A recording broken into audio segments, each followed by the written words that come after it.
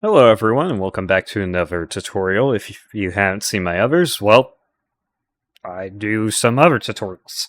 I've already done a tutorial on how to bake Halo Infinite stuff, but the problem with that tutorial for when we're baking Warframe stuff is basically Halo Infinite is very different workflow from Warframe.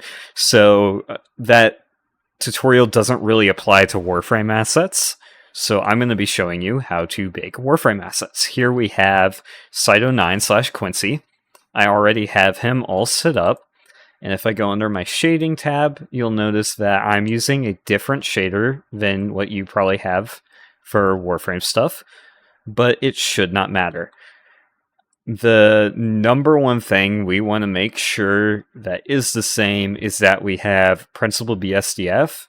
And if we don't have that, you're going to need to find your metallic, roughness, base color, normal, and emission. So I'm not going to cover rigging or anything like that. I'm just going to be covering the textures and baking. So the first thing we're going to want to do is we're going to want to go to our layout tab, do Shift A, and add a plane. Where did that spawn? Okay, don't know where that went. Let's do that again. There we go. There it is. And I'm going to hit G just to move it over here.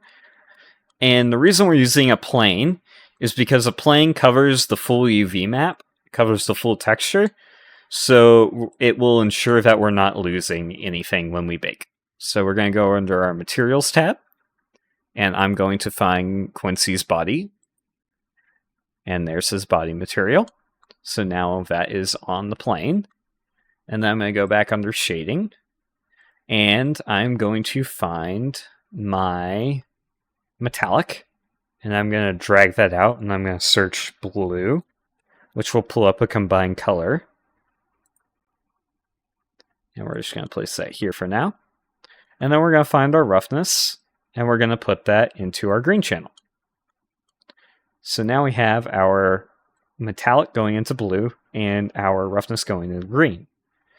So depending on what era of Warframe you're using, some will have ambient occlusion and some will not. Cyto9 here does, and the place we find ambient occlusion is in the pack map. So this is what the pack map looks like.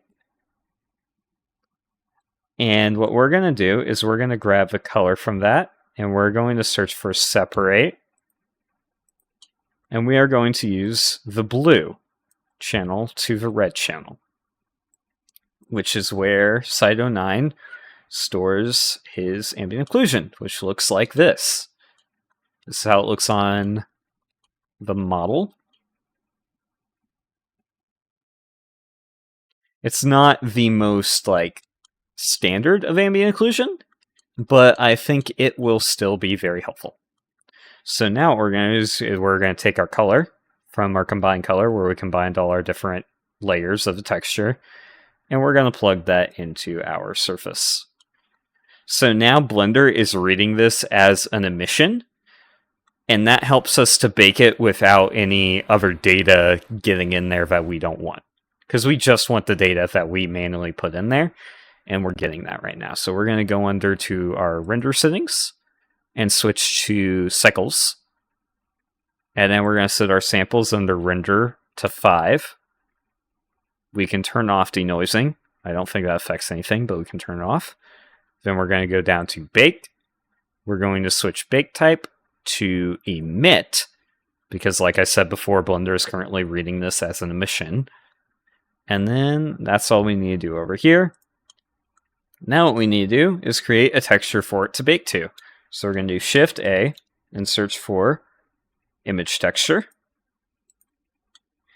And for his body, it is a 2K texture for his base maps.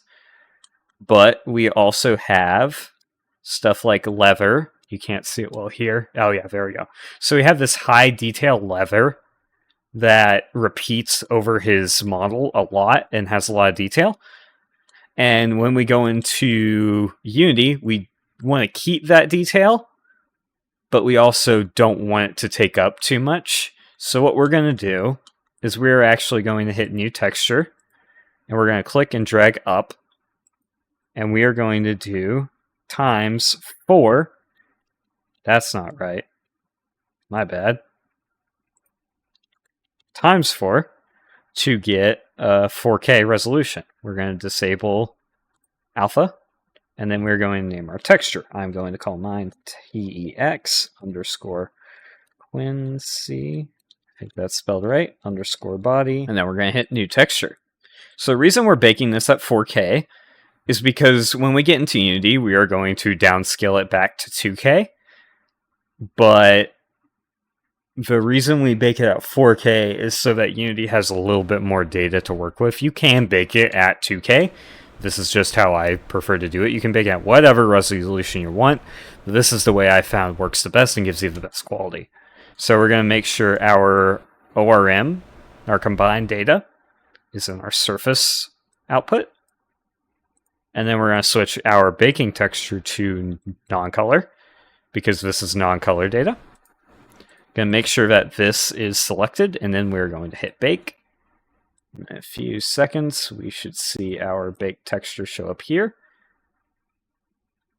And then I'm just going to show you how it looks on the UV maps for Quincy. So you can see that's lining up with everything. So now what we're going to do is we're going to go under this tab and hit image, save as. And then you're going to want to find whatever folder you want to save your textures to. Ideally, this will be your Unity projects folder. And we're going to name this to ORM at the end so we know what it does. And I did that a little wrong. There we go. And then I personally turn off compression because Unity will compress it anyways when we upload our avatar. So I personally turned that off when I'm exporting. And then we're going to hit save as image. And if we open up our file, as you can see, here's our texture. It looks a little strange, but that's just fine. That's because it's non-color data. So now what we're going to do is we're going to find where our base color is, and we're going to put that to the output. So now you can see this is our output for that. And then depending on the shader you have, there may or may not be this setting. This is Warframe's basically ambient occlusion setting. We're going to want to make sure that is off. And then if we see something called, here it is, vertex ambient occlusion, we also want to turn that off. I already have set that off, so our ambient occlusion is not affecting our base color. So now we're going to turn our bake texture to RGB. We're going to select it again, and we are going to bake that out as well.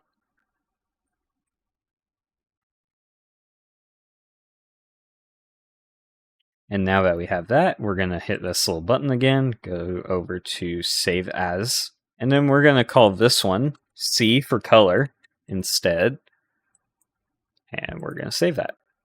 Now for normal maps, it gets a little bit weird. Depending on how your shader is set up, you may or may not have the raw normal.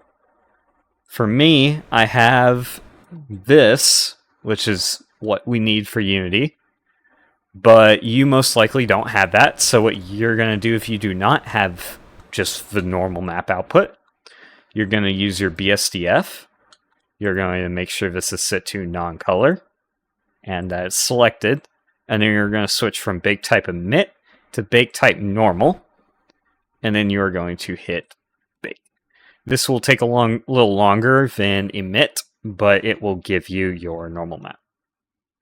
So then again, now that we have a normal map, we're going to hover over this, go to Save Image, and then we're going to do Save As. And then for this one, we're going to call it in for normal. And we are going to save that.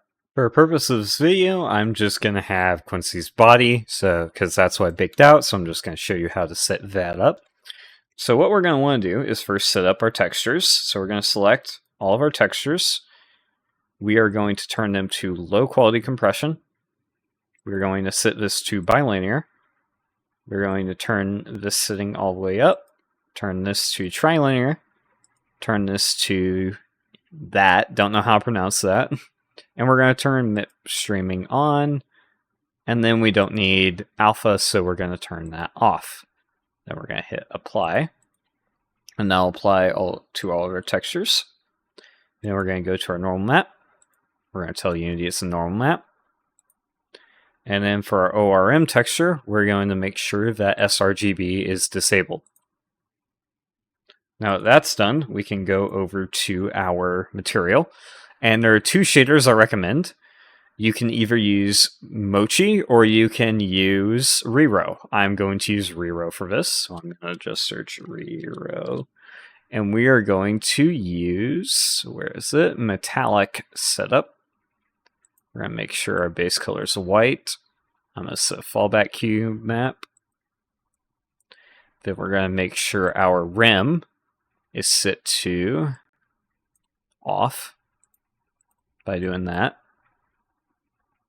And then we want to scroll down and turn on GPU instancing, advanced channel selection, and make sure our metallic and roughness are up. Then we're going to drop in our normal map and our color map. And then we're going to put our ORM into ambient occlusion, roughness, and metallic. But currently these are using the wrong channels, so we're going to hit these little drop downs and switch metallic to blue, roughness to green, and ambient occlusion to R. And now we have a baked version of our Warframe. So that's the basic gist of how you do baking with Warframe. You can see we're getting some pretty nice texture quality, even just at 2K resolution.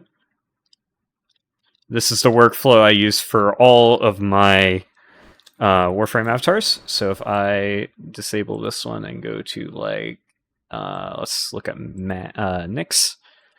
So you can see she's using 2K textures and she has plenty of detail using the same workflow.